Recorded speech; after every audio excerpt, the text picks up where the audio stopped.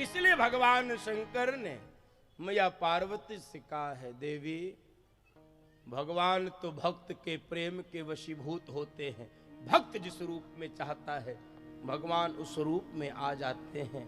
इसलिए जब जब अधर्म, अन्याय, अत्याचार, पापाचार, मांसाचार, मदिराचार, दुराचार, व्यभिचार, अनाचार, कदाचार सर्वत्र अपने पांव पसारने लगते हैं, जब जब धरती के धैर्य धारण करने की सीमा समाप्त हो जाती है, गौ ब्राह्मण चीत्कार करने लगते हैं,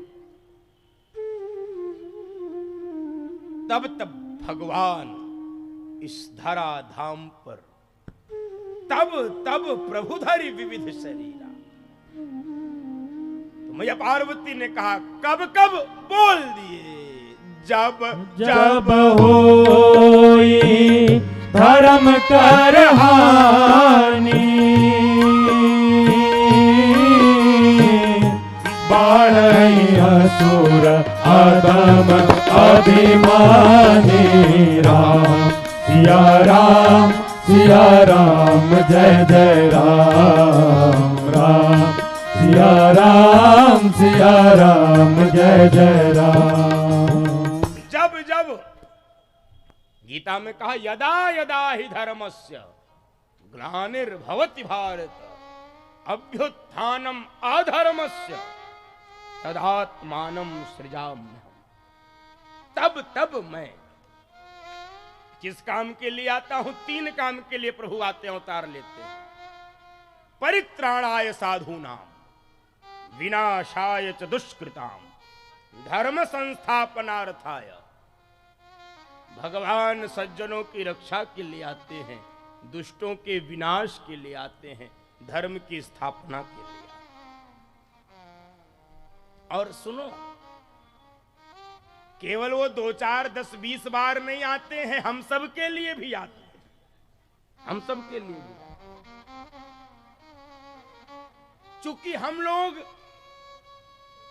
देख नहीं पाते हैं, उस कृपा का अनुभव नहीं कर पाते। चूंकि देखो, 2 शब्द है, एक है कृपा, एक है कष्ट। हम कष्ट का तो अनुभव करते हैं क्योंकि कष्ट और दुख सदैव आंखों के सामने होता है, और कृपा सिर के ऊपर होती है, इसलिए वो दिखती नहीं है। कल्पना करो ऐसा कि आप जा रहे हो किसी हाईवे पर अपनी कार से, गाड़ी 120, 130, कदाचित 140, 50 भी लोग चलाते हैं, वैसे चलाना नहीं चाहिए। बड़ी तेज किसी एक्सप्रेस वे पर आपकी गाड़ी जा रही है और सामने से आपको एक अनियंत्रित वाहन आ रहा है, ऐसा दिखा, और लगता है कि अब तो लड़ेंगे और सब मर जाएंगे। आपको ये पक्का हो गया, वाहन अनियंत्रित, आप इधर जा नहीं सकते थे क्योंकि इधर खाई थी, इधर जाने का कोई प्रश्न नहीं था, डिवाइडर था, सामने से अनियंत्रित ट्रक आ रहा था।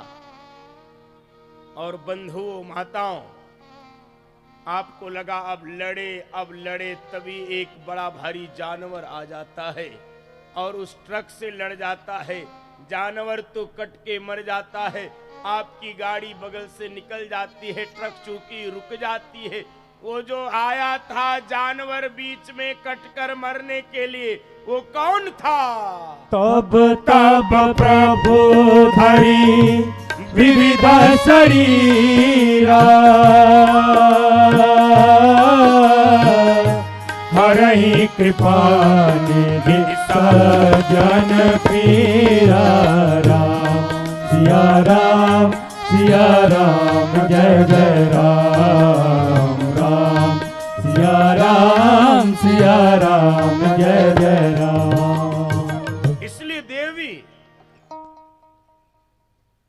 भगवान के जन्म के अनेक कारण हैं। राम जन्म के हेतु अनेका, लेकिन परम विचित्र एक ते एका। ये बड़े विचित्र कारण है। और देवी में सारे कारण सुना नहीं सकता हूं, चूंकि समय की अपनी सीमा है, इसलिए जन्म एक दो ही कहूं बखानी। एक दो जन्मों की कथा सुनाऊंगा, लेकिन सावधान सुनो सुमति भवानी, सावधान होकर सुनना। अच्छा, सावधान क्यों किया? सावधान क्यों किया? एक तरफ तो कह रहे ये सुमति है, जब सुमति है तो सावधान क्यों करना? क्यों करना? बंधुओं माताओं, सुमति कब कुमति में बदल जाए पता नहीं चलता, इसलिए सावधान होकर ही रहना पड़ता है। बाबा ने लिखा है, सुमति कुमति सब के ओर रही, सुमति कुमति सब के ओर रही, नाथ पुराण निगम आस खाए, नाथ पुराण निगम आस खाए, जहां सुमति तहाँ संपत्ति नाना, जहाँ सुमति तहाँ संपत्ति नाना, जहाँ कुमति तहाँ विपत्ति निधाना, जहाँ कुमति तहाँ विपत्ति निधाना। इसलिए सावधान होकर सुनो, क्योंकि सावधानी हटी दुर्घटना घटी। और भगवान सोच रहे थे गत जन्म में भी दुर्घटना घट गई थी, चाहता तो तब भी था कथा ये सुन ले, लेकिन गत जन्म में दुर्घटना घट गई थी, इस जन्म में न घटे।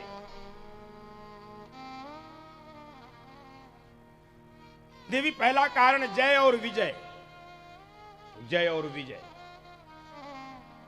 भगवान हरि के दो द्वारपाल। सनकादिक ऋषि एक बार भगवान के दर्शन की इच्छा से गए थे, और इन द्वारपालों ने सनकादिक ऋषियों को भगवान के दर्शन में विक्षेप उत्पन्न किया, बाधा पहुंचाई, व्यवधान उत्पन्न किया। और इन सनकादिक ऋषियों ने वैकुंठ में ही जाकर इनको श्राप दिया था, और उस श्राप के कारण भगवान को इस धराधाम पे आना पड़ा। और दूसरा कारण कश्यप अदिति महातप कीन्हा, ये श्रेष्ठ दंपति थे और भगवान इनको वचन दिए थे प्रकट होकर, और उस वचन के कारण। और तीसरा कारण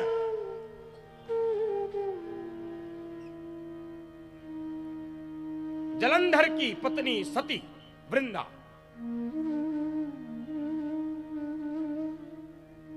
धोखे से उसका पातिव्रत्य वैसे तो भगवान किसी का पातिव्रत्य नहीं भंग करते हैं, ये ऐसी लीला थी कि जलंधर भयानक भयंकर राक्षस था, देवताओं के साथ इसका युद्ध चल रहा था।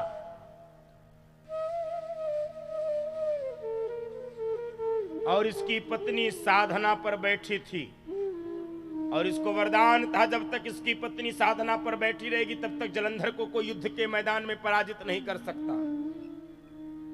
और भगवान को जब पता चला, भगवान जलंधर का वेश बनाकर जलंधर के द्वार पर पहुंचे हैं, उसकी पत्नी को आवाज दिए है और लगा है वृंदा को मेरा पति आ गया है, अपने साधना के स्थान से आसन छोड़ दिया है, और जो आसन छोड़ा है जो देवताओं ने जलंधर को युद्ध के मैदान में गिरा दिया मार के।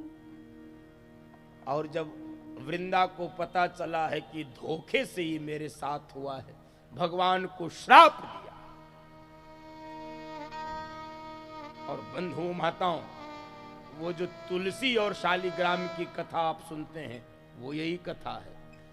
भगवान पत्थर बने हैं और वृंदा तुलसी बनी है, और पत्थर पर शालिग्राम पर तुलसी चढ़ाई जाती है।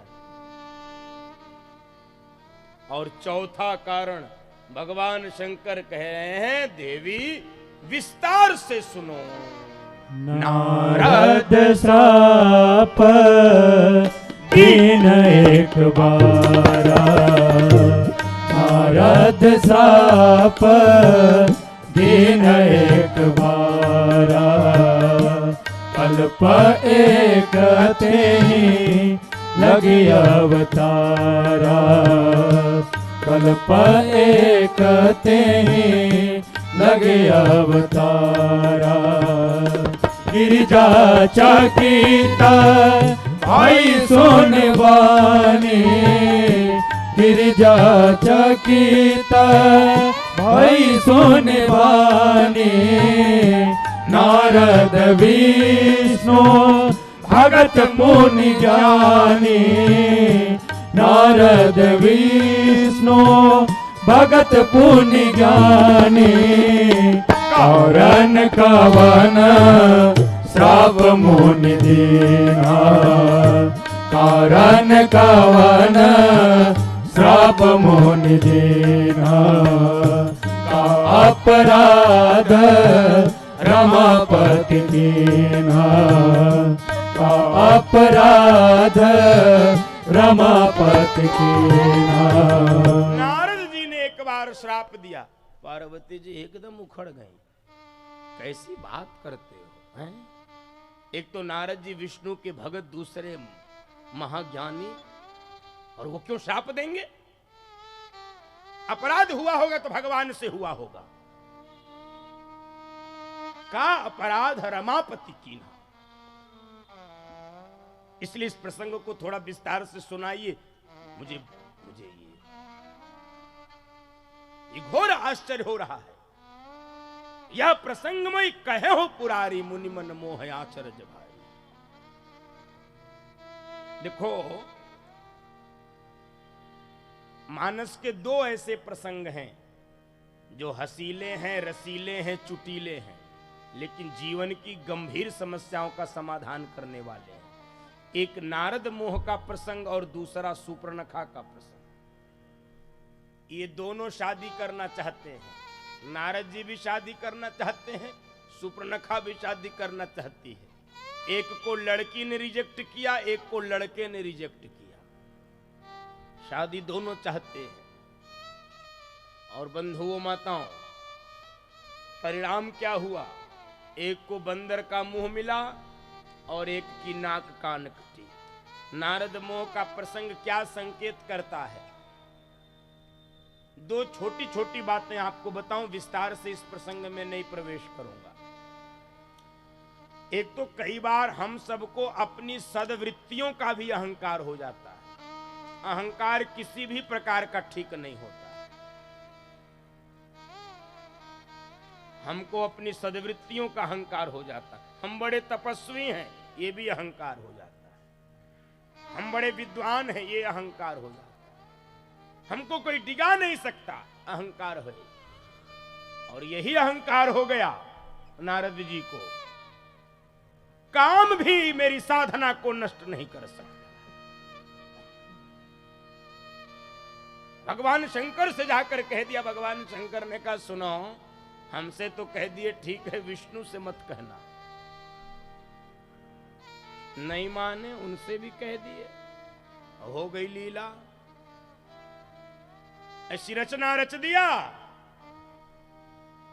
एक सुंदर राज्य का निर्माण कर दिया। शीलनिधि वहां का राजा है, उसकी कन्या विश्वमोहिनी। फंस गए आकर्षण में, फंस गए। और परिणाम, नारद जी के अंदर काम भी बढ़ा, क्रोध भी बढ़ा, लोभ भी बढ़ा। और बंधु माताओं, ये काम, ये क्रोध, ये लोभ वैसे होता तो सबके भीतर है। कोई ऐसा नहीं जिसके भीतर काम, क्रोध, लोभ न हो। और यदि कोई कहे मेरे भीतर नहीं है तो समझ लो संसार का सबसे झूठा आदमी यही है, जिसके अंदर काम न हो, क्रोध। ये संभव ही नहीं है। ये सबके भीतर होता है, लेकिन कैसे होना चाहिए इस पर विचार करना है। काम, क्रोध, लोभ सबके भीतर होता है। विचार ये करना, इसकी मात्रा संयमित चाहिए, संतुलित चाहिए, नियंत्रित चाहिए, व्यवस्थित चाहिए। और ये तीनों हमारे वश में होने चाहिए। हो जाता है उल्टा, हम इनके वश में हो जाते हैं। हम काम क्रोध लोभ के वश में हो जाते हैं और इसका रिमोट कंट्रोल आपके हाथ में होना चाहिए। जब जितनी आवश्यकता तब उतना प्रयोग करिए, तब उतना प्रयोग करिए। और फिर भी लगे कि अब मात्रा अनियंत्रित हो रही है, अब आपके वश में बाहर है, अब आप गड्ढे में गिर जाओगे, संसार की ओर मत भागिए। काम की तृप्ति के लिए, क्रोध की मुक्ति के लिए, लोभ की तृप्ति। नारद जी की रक्षा इसीलिए हुई है बंधुओं माताओं, क्योंकि नारद जी काम क्रोध और लोभ को प्रकट करने के लिए संसार की ओर नहीं भागे हैं, भगवान की ओर भागे हैं। काम बढ़ा तो भगवान के पास गए, हरिसन मांगो सुंदरताई। लोभ बढ़ा है तो भगवान के पास गए, आपन रूप देहु प्रभु मोहि। और क्रोध भी बढ़ा है तो भगवान के पास गए, विष्णु के बच्चे तुझे देख लूंगा, देहऊ श्राप की मरिहऊ जाए, जगत मोर उपहास करा। और हम लोग संसार की ओर भागते हैं, काम की तृप्ति के लिए, क्रोध की तृप्ति के लिए, लोभ की तृप्ति। बंधुओं माताओं, यदि परमात्मा की ओर भागेंगे काम और क्रोध और लोभ के मात्रा बिगड़ने से बचने के लिए, पहले तो ये समझिए, जब ये काम क्रोध लोभ बढ़ने लगे अब आपको कि अब ये सीमा पार कर रहा है, अब हम गड्ढे में गिर जाएंगे, तो आपको पहला काम तो ये करना है, अपना आसन बदलना है।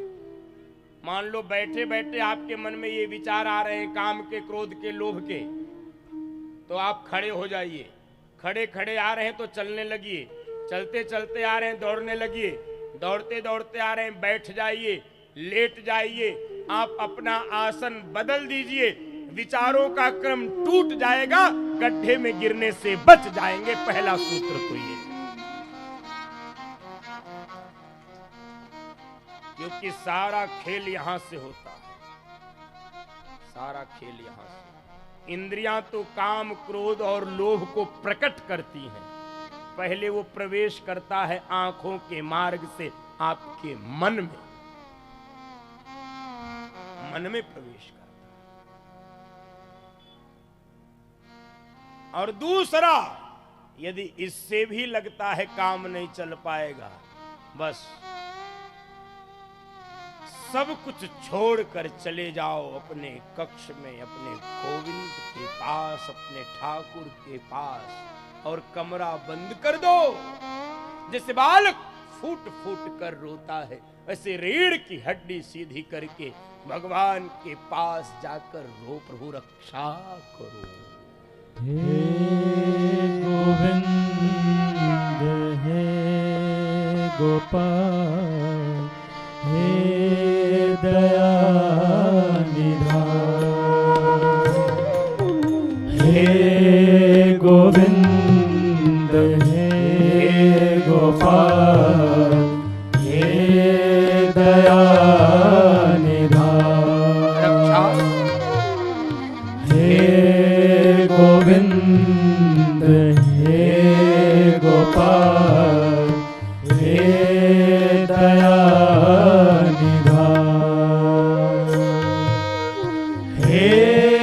गोविंद हे गोपाल हे दया निधान, हे गोविंद हे गोपाल हे दया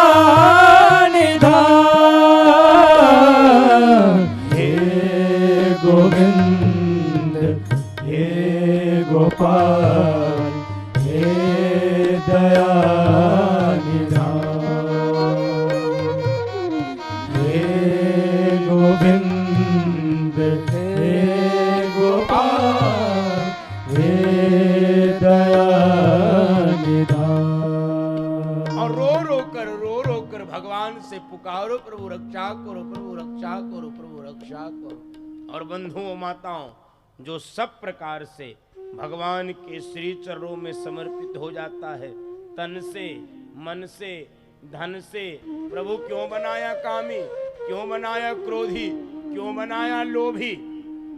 यदि गुण भी तेरा तो दुर्गुण भी तेरा, और तेरा तुझको अर्पण क्या लागे मेरा।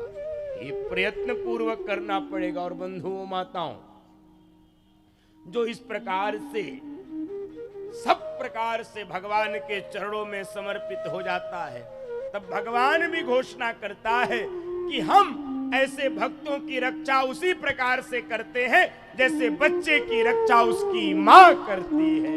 करहूं सदा तीन के रखवारी, करहूं सदा तीन के रखवारी। जिमि बालक कहीं महतारी, जिमि बालक कहीं महतारी। करहूं सदा तीन के रखवारी, करहूं सदा तीन के रखवारी। जिमि बालक कहीं महतारी, जिमि बालक कहीं महतारी।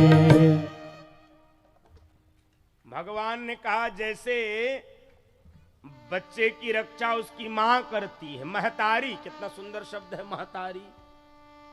अच्छा, क्यों नहीं भगवान ने कहा कि हम भक्तों की रक्षा उस प्रकार से करते हैं जैसे बेटे की रक्षा उसका बाप करता है? बाप को नहीं कहा, क्यों क्यों नहीं कहा?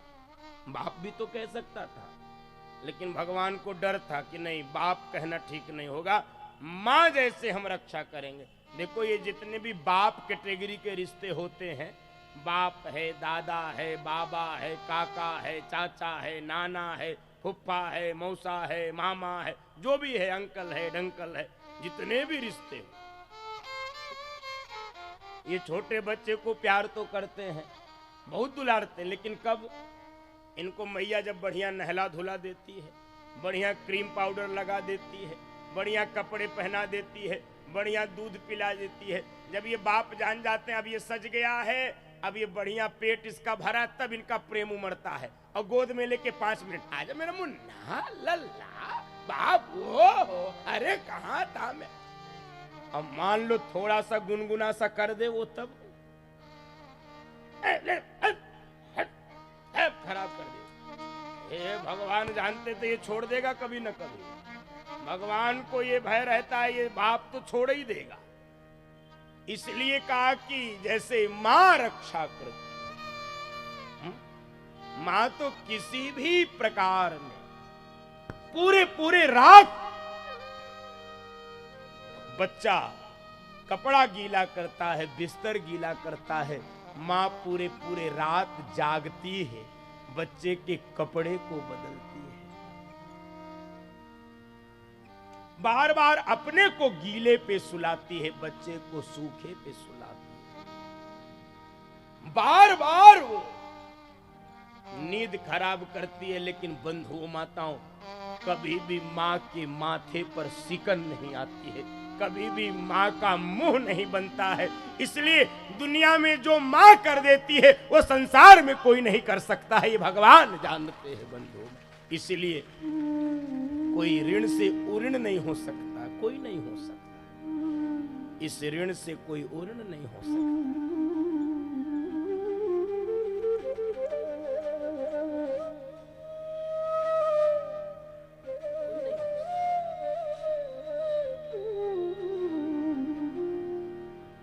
कई बार मैं इसलिए निवेदन करता हूं, चूंकि अब आज नरसिंह जी के प्रसंग में हम लोग प्रवेश कर लिए थे, तो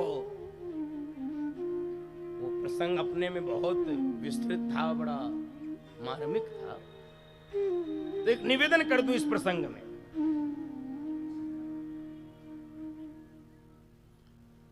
कई कई बार जब हम बड़े हो जाते हैं तो हमको लगता जरूर ये है कि हम माँ के लिए ये कर देंगे तो माँ खुश हो जाएगी, माँ के लिए ये कर देंगे माँ खुश हो जाएगी, ये कर देंगे ये कर देंगे। मेरा निवेदन है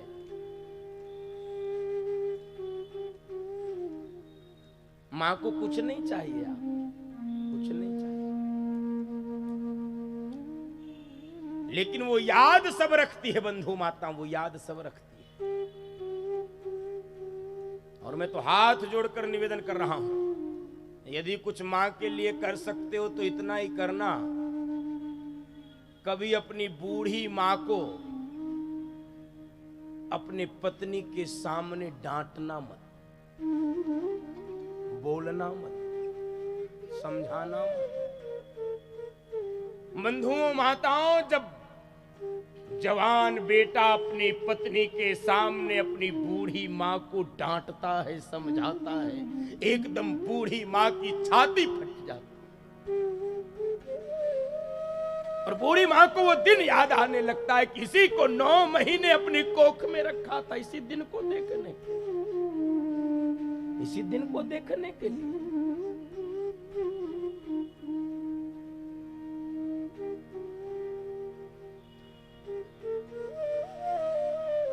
उस प्रसव पीड़ा को याद करने लगती है, क्योंकि मैंने सुना है बंधुओं माताओं, 1000 बिच्छू डंक मारे जितना दर्द होता है उतना ही दर्द होता है प्रसव के समय जब मां अपने बच्चे को जन्म देती है, उतना ही भीषण उस पीड़ा को सहन करती है।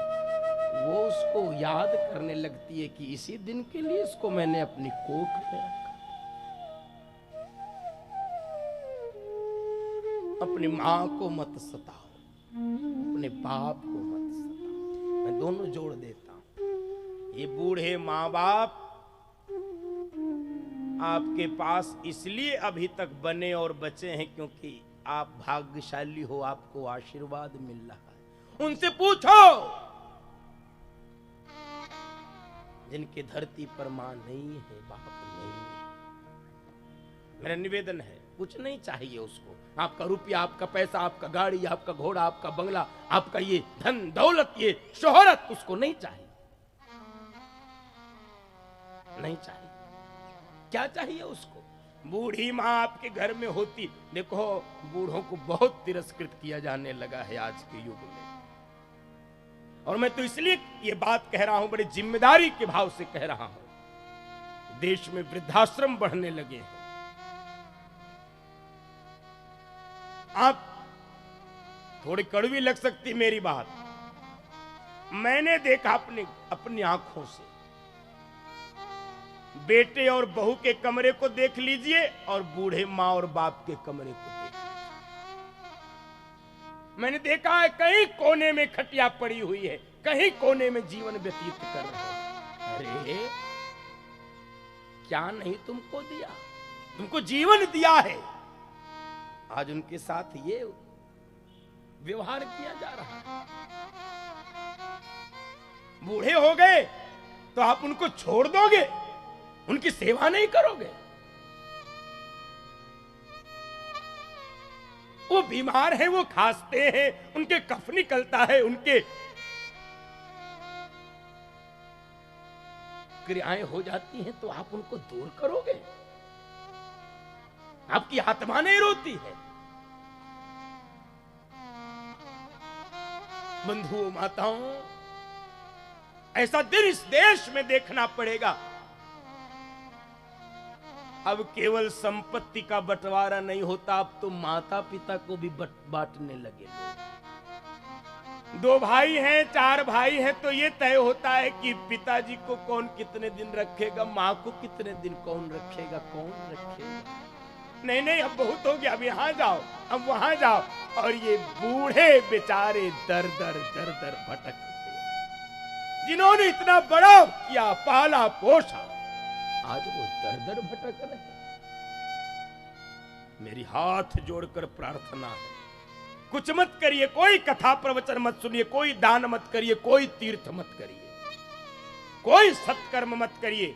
मेरे कहने से बस इतना करिए कि जैसे जीवित देवी देवता आपके माता पिता हो, उनकी उसी प्रकार से पूजा करिए, और कुछ मत करिए। जीवित देवी देवता मानकर उनकी पूजा करें।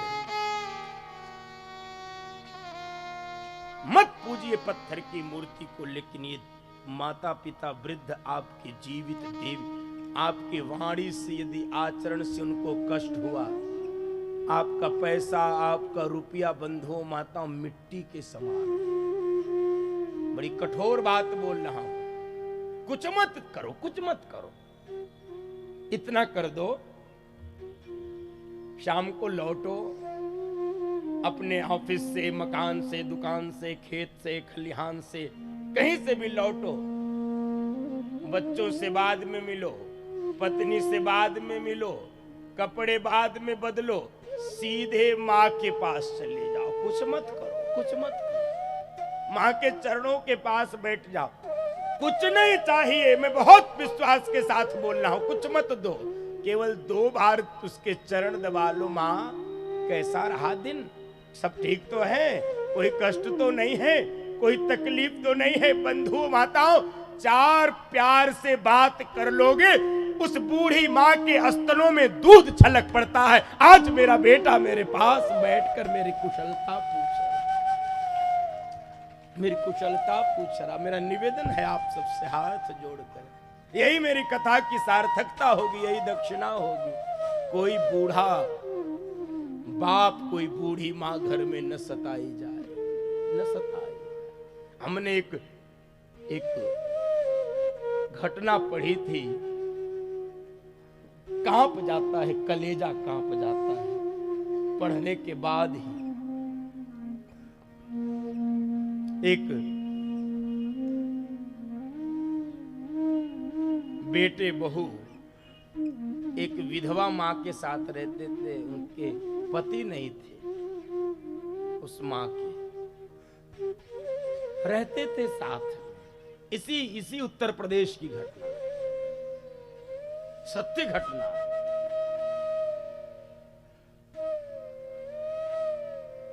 किसी तरह कुछ दिन समय कटा,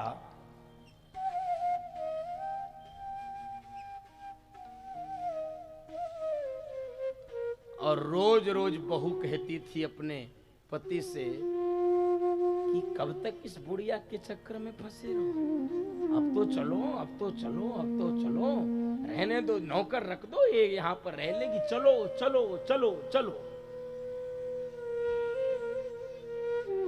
और बंधुओं माताओं,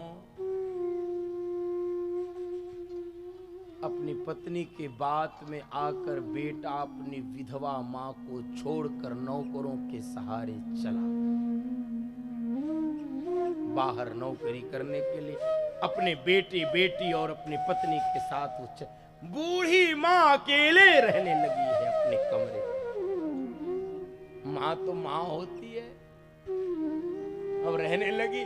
माँ बहुत जल्दी आएंगे, वहां पर सब सेटल्ड हो जाए तो आपको लेकर चलेंगे, आपको लेकर चलेंगे। हाँ बेटा ठीक है, तुम्हारी जिसमें खुशी हो। माँ तो केवल बेटे की खुशी के लिए मरती है, उसी के लिए जीती, उसको कुछ नहीं चाहिए।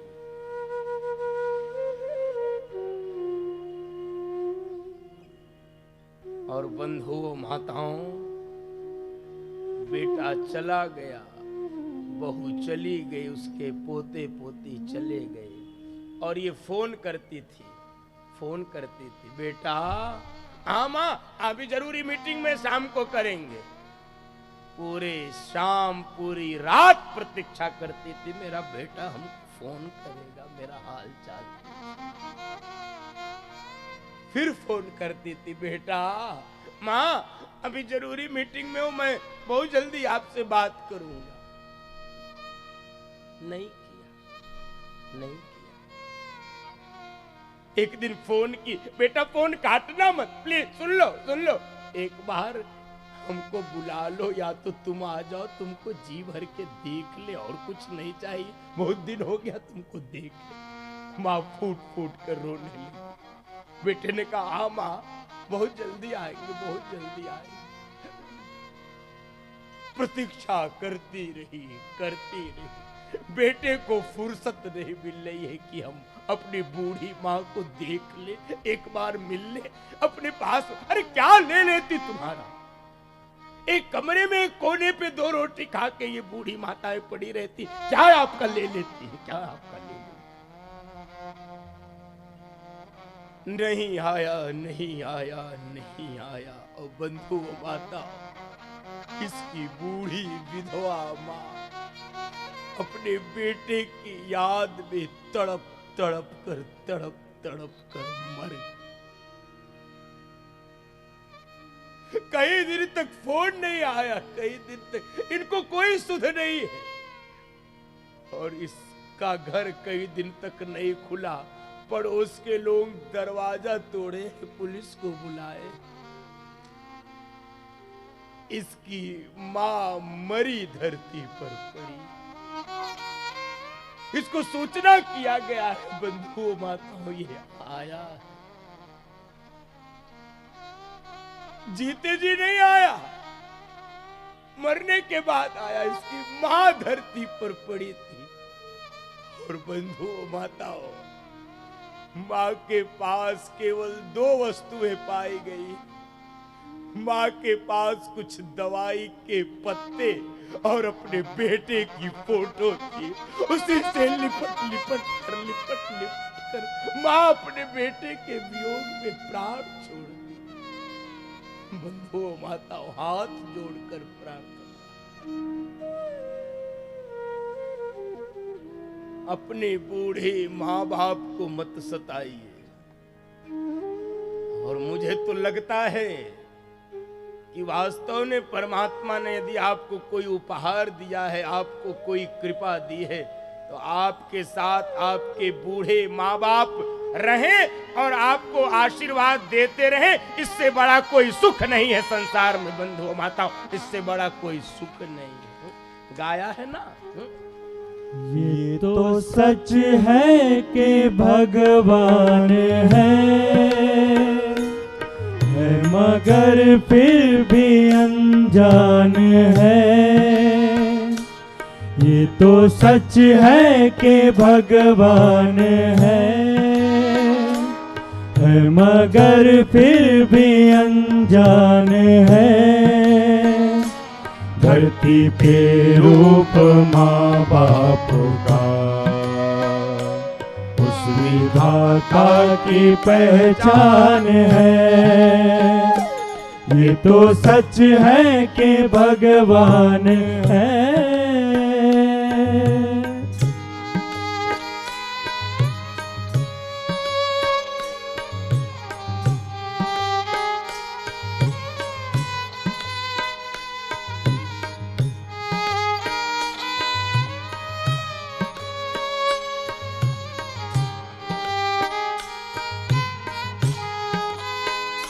जन्मदाता है जो नाम जिनसे मिला, थाम कर जिनकी उंगली है बचपन चला।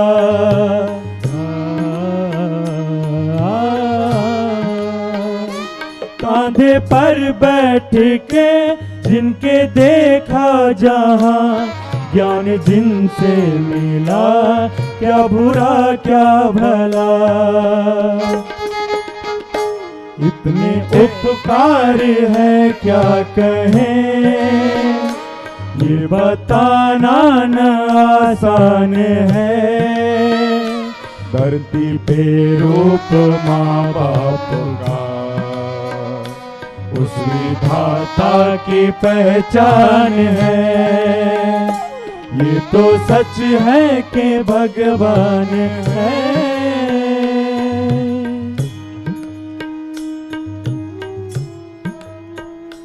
बंधुओं माताओं, जीवित देवी देवता मानकर अपने बूढ़े माता पिता की सेवा करिए, उनके आशीर्वाद प्राप्त करते रहिए। इसलिए भगवान ने घोषणा की कि जिमि बालक राखै महतारी, और भगवान अपनी ये घोषणा पूरा करता है और घोषणा पूरी करने के लिए बार बार इस धराधाम पे आता है।